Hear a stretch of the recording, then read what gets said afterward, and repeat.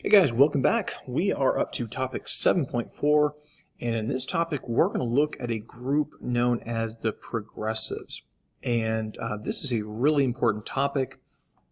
It's in many ways kind of a reaction to some of the things we've been looking at during the Gilded Age and our last unit, and it's going to connect to some later events like the New Deal under FDR, and then something called the Great Society under Lyndon Johnson in the 1960s. So it's a really important topic, and well, let's get into it.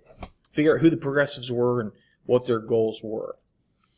Now, as we get into the causes and effects of the progressive movement, we're going to begin by looking at some journalists, and these journalists were known as muckrakers. Now, if you're not sure what muck is, think of the kind of slimy, gross mud and animal waste mixture you might see in like a pig pen. And muckrakers go in and they rake or clean out the muck in these areas so the animals stay healthy. Well, it's a term that Teddy Roosevelt used to describe journalists, and a specific kind of journalists. These journalists who tended to be young, very eager, energetic, ready to go out there and kind of fix all the problems of the world. And we're going to go through a couple of examples of these people. The first is a guy named Lincoln Steffens, and he wrote for a newspaper, or excuse me, a magazine called McClure's. McClure's was really the most famous of the progressive magazines that were in high circulation during the turn of the century. There were other magazines like it, but this is the most famous of them. And in 1903, he wrote an article, or series of articles anyways, called The Shame of the Cities. And in these articles, he would go through the various big cities of America. And remember, this is a time period where most cities were controlled by political machines and political bosses, and there was just incredible corruption in these cities. Everything from the mayor down to the local police officer, even the postal office, there was corruption there. And so he's trying to kind of get this information out there, trying to educate the public on what the corruption is and how it controls the cities. And then, what can we do to fix this problem of corruption? All right, also working for McClure's was a woman named Ida M. Tarbell. Ida M. Tarbell. And she spent years working on this history of Standard Oil. And it really kind of went through and exposed to the people kind of the backroom dealings and the very aggressive policies and procedures that Standard Oil under John D. Rockefeller had used to grow so large and so powerful and become basically a monopoly. Now, it's important to note that because these muckrakers are taking on very, very powerful people, they had to be very, very careful, extremely careful, that what they were writing was based on fact. Because if it's not, they could easily be sued for libel. So they took, great care to double check, triple check all their sources, get all the facts aligned, and then kind of show the people what's behind the curtain in some of these examples. Another of our muckrakers would be Jacob A. Reese, who was a Danish immigrant, and he in 1890 wrote a book called How the Other Half Lives. And what this book did is it kind of exposed for a lot of people just how awful slum life was for most New York City residents. And the conditions you see in New York, you would have seen these in other big cities in America as well. So it's really not just on New York. It's more general. Like, okay, we've got a very big chunk of Americans who are living in poverty, living in pretty awful conditions. Let's show what this is like, and then hopefully people will take this information in and do something about it. This book had lots of photographs in them because, as they say, a picture is worth 1,000 words. And these pictures tended to really show just how gloomy life was in a lot of these tenement areas. His book, How the Other Half Lives, was very influential. In fact, it influenced Teddy Roosevelt, who would become a police commissioner in New York City, and while he was a police commissioner, he and Reese would actually go out and kind of patrol the streets and check on the local police, make sure they're doing their job, make sure they're not corrupt and on the take or something like that. Here's another image from this series of photographs I was talking about. Again, this is trying to open the eyes, particularly of middle class, upper middle class, and even upper class Americans, as just how life is for the working class at the bottom. All right, so what are some things that Muckrakers are going after more generally than the specific examples we just looked at? Well, Muckrakers are going after child labor. They're going after industrial safety, trying to make sure that factories are safer, better working conditions, better hours, all that stuff. They're trying to expose the power and abuse of power, potentially anyways, abuse of power, of the trusts that were so common during the Gilded Age. And a final thing that they went after is, it's a term that's antiquated. We don't use this term any longer. They called it white slavery, and that was basically just another name for prostitution. So they've got a lot of things that they're focused on. One more big topic of focus for our Muckrakers would be patent medicine companies. So back in this time period, again, we're talking late 1800s, early 1900s, the government didn't regulate medicine like it does today. And so companies could basically just sell any type of medicine and claim it does whatever they want it to claim. It could cure cancer, it could turn the blind into seeing people, whatever, right? You could just pretend it does whatever. And oftentimes, a lot of these medicines, of course, were not effective. In fact, oftentimes they were addictive medicines, which, of course, customers are going to come back for more and more and more of these. And in some cases, these medicines are actually dangerous, not just in habit type of danger, but just like health danger as well. Now, why newspapers, who are trying to educate the public, why they aren't doing more to try to rein in this is the fact that, of course, money, right? These patent medicine companies will take out very valuable advertisements in the newspapers, and therefore the newspapers were reluctant to attack some of their best customers.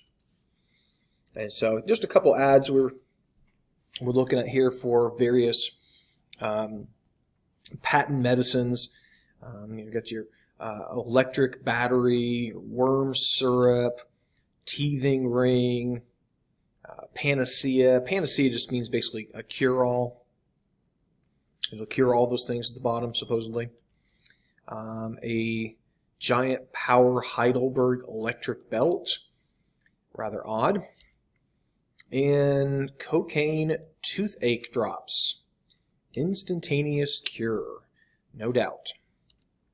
All right, now in the cities, because remember, at this time period, America is becoming, for the first time in history, really an urban. The majority of the Americans are moving to the cities, and so cities are growing bigger than they've ever been in American history. What happens in the city is of great concern to these urban reformers, whether or not they're muckrakers. Just they're trying to clean up the city. So they're going after slumlords. Slumlords are basically guys who owned these nasty rundown tenements and didn't really do much to help their tenants. They're going to target so-called juvenile delinquency, easy for me to say. And juvenile delinquency, of course, is just basically kids who are out of school, causing all kinds of problems. So we're going to make sure these kids get back into school. We're going to shut down the red light districts. That's where the prostitution and the bars were occurring. And also try to tamp down on police corruption. Okay. Now let's shift a little bit and look at progressive women, because the progressive movement is a pretty diverse movement. You actually see a surprisingly high number of women involved in this, and it shows and it really speaks to the growing political activity women are participating in the early 20th century. So progressive women, they knew that to kind of gain acceptance from men, they would have to kind of paint their political activities and their reform efforts as more or less an extension of their traditional role. Right, remember, the traditional role of a woman, of course, was mother, wife, caregiver, public conscience, and all that kind of stuff. And so it made sense that if they were going to get involved in politics and reforms, they would go after things that would line up with that traditional role for women.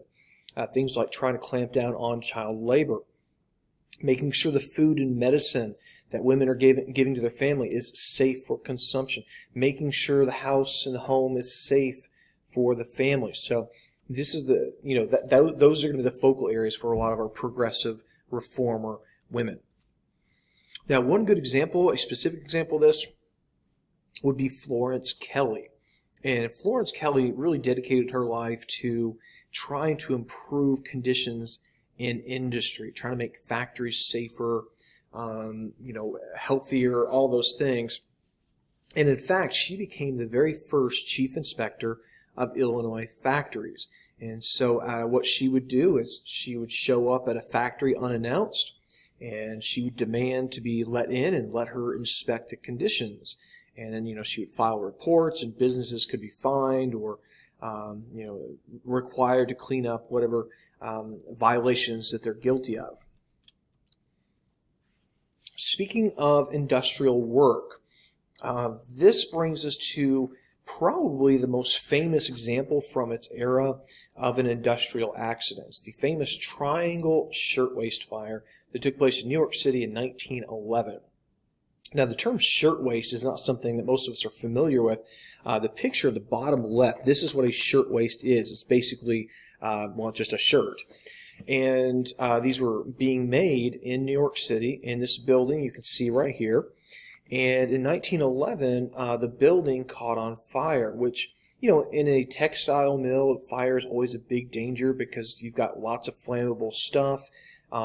This is something they always fear.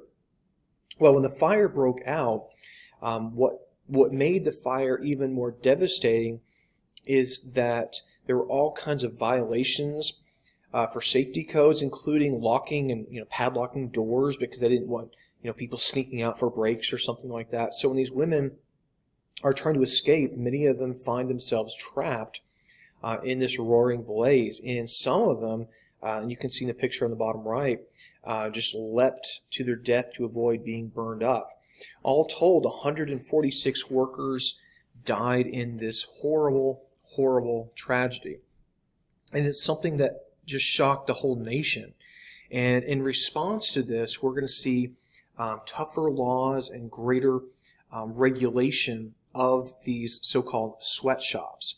And again, a sweatshop is just basically a factory, or in this case, a textile mill, where workers are paid very little and worked extremely hard, and conditions are pretty bleak. All right, now let's get into some progressive movements that are on more, instead of the local level, more the national level. In fact, we're going to look at some constitutional amendments that would fall in line with constitutional progressivism. The first is something that had been really in the works for decades. If you recall, all the way back to the Second Great Awakening in the early to mid 1800s, there was this call for a reduction in alcohol consumption in America. And eventually, by 1919, enough states have agreed to make this an amendment to the U.S. Constitution. Now, what the 18th Amendment did is it simply made it illegal to manufacture, sell, or transport alcohol. It didn't actually outlaw consumption. That's one of the great misnomers of Prohibition. You could drink all the liquor you wanted during Prohibition, but you couldn't sell it, you couldn't buy it, you couldn't make it. So in other words, how are you going to get it? I don't know. Not legally anyways, of course. Now, what the 18th Amendment did not do is really set up any type of enforcement. And so a law called the Volstead Act was passed, which gives Congress the power to actually enforce Prohibition by hiring agents to go out there and, raid illegal distilleries and shut down speakeasies and all that kind of stuff. And as we all know, Prohibition turns out to be a great social experiment and also a giant failure. It did not succeed in its goals and will later be overturned. Our second amendment we're going to look at now with the idea of constitutional progressivism is the famous 19th Amendment. Now, this is another thing, kind of like prohibition. There's a lot of sort of misunderstandings about the 19th Amendment. It turns out lots of localities let women vote in one form or the other way before the 19th Amendment. Wyoming famously let women vote back when it was a territory in the mid to late 1800s. So in quite a few states, women already had the right to vote, at least in presidential elections or maybe local elections. But once this passes, it means that it has to apply to all states. And Tennessee was the state that pushed it over the line. As a side note, you don't need to remember this, but Mississippi rejected the 19th Amendment and did not officially approve it until 1984. That doesn't mean women in Mississippi weren't able to vote until 1984. The 19th Amendment still applied there, but it does just show, once again, how silly Mississippi is. All right, now we're going to get into really one of my favorite topics in all of American history. I am a giant Teddy Roosevelt fan, and he is the first of three so-called progressive presidents. Teddy Roosevelt, his successor, Taft, and then his successor, Wilson. So those are the three progressive presidents. Now, before we get into his accomplishments and what makes him a progressive president, Teddy Roosevelt's life story is something I could spend hours talking about. I won't bore you with the details. But he had an incredibly eventful life. I've put a few examples up here of just some of his life accomplishments or life experiences, however you want to phrase it. He was just, he accomplished so much in such a short amount of time. Just an amazing and a brilliant person. Now, he's not perfect. I don't mean to sound like he's perfect. Nobody is, of course. But he was also, in addition to his, I think, my own personal opinion, greatness, he did suffer a lot of tragedies. Famously, talk about how sad this is. Famously, his mother and his first wife both died in the same house on the same day. His wife dying shortly after giving birth to his daughter, and it also happened to be Valentine's Day, to just add another insult to injury there. And Teddy Roosevelt later remarried, but he never once after the fact spoke of or wrote of his first wife. He basically just shut that out of his mind because he said it was just too painful. He could never go back and revisit that memory of his first wife. All right, so Teddy Roosevelt is an unlikely president, and the reason he's an unlikely president is he had kind of worked his way up through the political machine, if you will, of New York State. He had been a New York City police commissioner. He had then gone on to become the Assistant Secretary of the Navy. And then after the Spanish-American War, he became the governor of New York. He had been in the Assembly of New York years before, and he had a reputation of being a bit of a rabble-rouser, kind of a guy who, he's not going to be told no. He's going to accomplish whatever he sets his mind to. He's a guy who the established politicians feared greatly because he was willing to engage in reforms, even if they're dramatic reforms. And this is actually why he became vice president, because if you look at American history, the vice presidency is basically, it's oftentimes where political careers go to die. Most vice presidents you've never even heard of, right? And so the theory was if he becomes vice president, he'll be, we'll kind of stick him somewhere where he can't cause any more problems. And then on September 6th, 1901, William McKinley is assassinated, and Teddy Roosevelt, age 42, becomes the youngest ever president. There's the assassin of William McKinley. Leon Czolgosz was his name. Now, Teddy Roosevelt is president of the United States, and he'll later win re-election in 1904, and so he'll serve kind of basically 1 3/4 terms. As part of his agenda, he had what he called the square deal, or the 3 C's. And the 3C stood for control of corporations, consumer protection, and conservation of natural resources. And we're going to run through all three of these here in just a moment. Now, let's look at one event that in many ways helps kind of define who Teddy Roosevelt was as a president and why he's something new.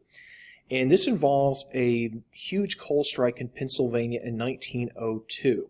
Over 100,000 poor miners went on strike, and their demands were, we want a 20% wage increase because they hadn't gotten a wage increase in over 20 years, and they only wanted to work 9 hours instead of 10 because, let's be honest, being a miner is tough work. And so they want better wages, better conditions, shorter hours, and they're going on strike. Now, this is an industry that is a national of national concern because coal at this time was kind of like oil today. It's what made the economy function. So people needed coal to heat their homes. Businesses needed coal for their steam engines and steam locomotives for the railroads. You name it, coal was everywhere. And so this is something that, frankly, Teddy Roosevelt has to deal with. So Teddy Roosevelt does something kind of unusual. With the exception of maybe somebody like Grover Cleveland or something, the government often either kind of stood to the side of these issues or maybe would intervene on the side of the businesses and not the workers. And so what Teddy Roosevelt decides to do is bring both sides to the White House. And he's going to sit them down and try to hammer out some sort of compromise. And the mine owners who show up are unwilling to budge. They're not even willing to really talk with the striking miners. They take a pretty arrogant tone that, God gave us this mine and therefore it's ours and we shouldn't have to negotiate with workers and blah, blah, blah and all that stuff. And Teddy Roosevelt becomes increasingly irritated at the lack of flexibility on the side of the mine owners. And in fact, he basically threatens them. He says, you know what, if you're not willing to compromise here, I will simply seize the mines and I'll put federal troops in the mines and we'll get your coal out of there and it'll be our coal and you'll just sit there and suffer. And now the mine owners basically said, well, Mr. President, you don't have the right to do that. And Teddy Roosevelt says, I don't care. I'm going to do it anyways. And kind of almost like pulling an Andrew Jackson. And this really showed the mine owners that they're going to have to bend a little bit. And so they do agree to some sort of compromise. The workers would get a 9-hour day instead of 10. They wouldn't get a 20% raise, but they would get a 10% raise. And now the coal threat is over. All right, now let's get into control of corporations, part of the 3 C's, the square deal.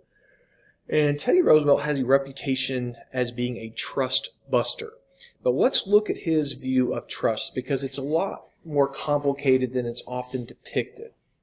So with a nickname of Trust Buster, you might think this guy, Teddy Roosevelt, hated trusts, and that is far from the truth. Teddy Roosevelt actually believed that trusts were economically efficient. They offered often good prices to the consumers. In other words, if a trust had a public conscience and they're not trying to abuse their power, they made a lot of sense because inefficient businesses are often run out of business and the best, most efficient businesses are left. However, he was also cognizant of the fact that not all trusts had public consciences. Some of them were just out to make as much money, and whoever got in their way, they didn't care, right? The public be damned, Cornelius Vanderbilt's son famously said. And so he decides what we need to do is go after the bad trusts and let the good trusts survive. You can see that in the political cartoon in the bottom right. So his goal here is not to destroy all trusts, okay, far from that. But instead, he wants to show that the government is in charge of the country, not private businesses. That we're not going to let private businesses in their pursuit of profit dominate the U.S. any longer. We're going to let the government step in and really kind of show that they are the power of the people.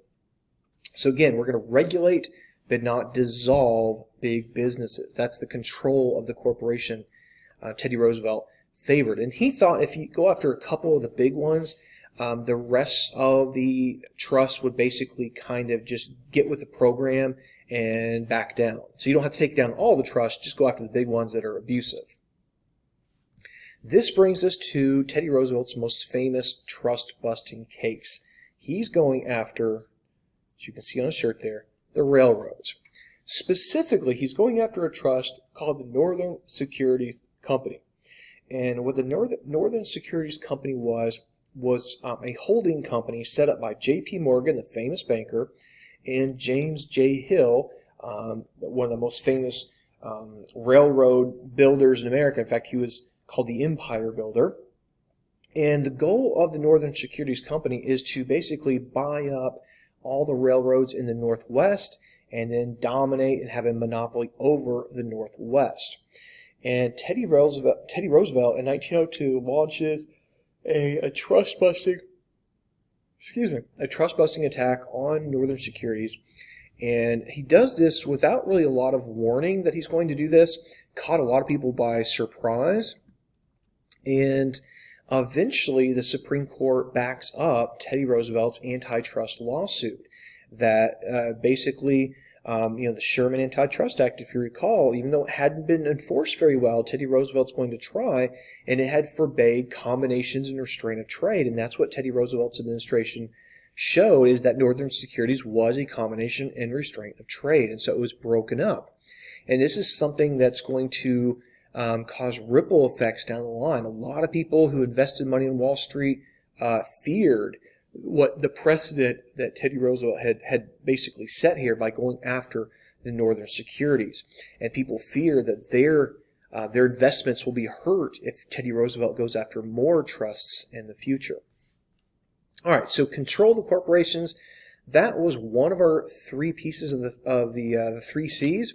Our second part is consumer protection. And you see Teddy Roosevelt there holding his nose for good reason. This brings us to a novel from 1906 called The Jungle. And some of us may have read some excerpts or maybe even the whole novel before. This was written by Upton Sinclair, who was a socialist and a journalist. And what he decided to do was write a novel set in kind of like the meatpacking industry of Chicago, where the workforce was often immigrants and who lived really pretty awful lives. I mean, low pay and grueling conditions in these meatpacking factories. And that was actually the goal of the novels, to show the American people, gosh, meatpacking workers are being abused. We should really do something about these poor immigrants and all that. But in fact, that was not the real result. Instead, what happened is Upton Sinclair had actually spent time kind of undercover, if you will, in the meatpacking plants of Chicago, and he sprinkles details of what he saw into this novel, and he spoke of basically workers getting severely injured, losing limbs and fingers and stuff, and sometimes those body parts being supposedly ground up into the food. He spoke of scraps of meat that are rotten and festering on the floor being swept up and then thrown back into the pot. Rats climbing all over the stuff. You name it. It was seriously gross. And that is actually what the people took from this novel. They were shocked that their food might be unsafely prepared and frankly dangerous. This is a little poem of sorts from this time. It says, "Mary had a little lamb, and when she saw it sicken, she shipped it off to Packingtown, and now it's labeled chicken." And so again, the American people are like, oh my gosh, what do we do? And so Congress passes, and of course Teddy Roosevelt is happy to sign into law, the Meat Inspection Act of 1906. And what this does is it puts into place federal inspectors to go into the meatpacking plants and make sure that the meat is being prepared properly and safely and sanitarily.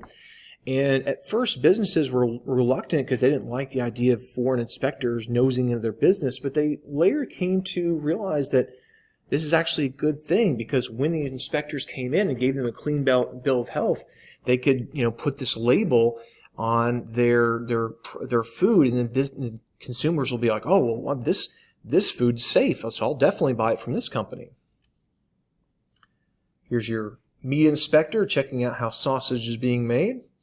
And yeah, these are links of sausage all being prepared. Okay, this brings us up to another example of consumer protection. It's the Pure Food and Drug Act of 1906. And this law would prevent companies from mislabeling and contaminating their foods and medicines. So this is a reaction kind of tied in with what we looked at with the jungle, but also it's an attack on the patent medicine industry, which had caused a lot of Americans to be addicted or harmed by these so-called cure-alls. All right, now let's look at our final piece of Teddy Roosevelt's square deal, the 3 C's, and this would be conservation. So Teddy Roosevelt he loved nature, and part of this comes from his own life experience. So I mentioned earlier that his wife and mother died on Valentine's Day, and it was just an absolute tragedy. And Teddy Roosevelt took some time off from life, really. What he did is he left New York City, he went out to the Dakota Territory, and he opened a ranch. And for several years, he became just a rancher. And he fell in love with the untamed wilderness of the West. He came to see himself as kind of like an adopted Westerner for the rest of his life. And when he looked around as president, he looked at a country that was depleting its natural resources rapidly, chopping down forests wholesale, mining practices that were very environmentally unsafe. And he said, we've got to do something about this. We've got to make conservation of wildlife and of wilderness and of resources something that is at the forefront of what we do as Americans. Here he is hanging out with a famous naturalist, John Muir. And if you've never heard of John Muir, he was a guy who just thought nature was next to godliness, and he believed that nature should be preserved just for nature's sake. And Muir and Roosevelt didn't agree on all policies, but they certainly found an agreement in their love of nature.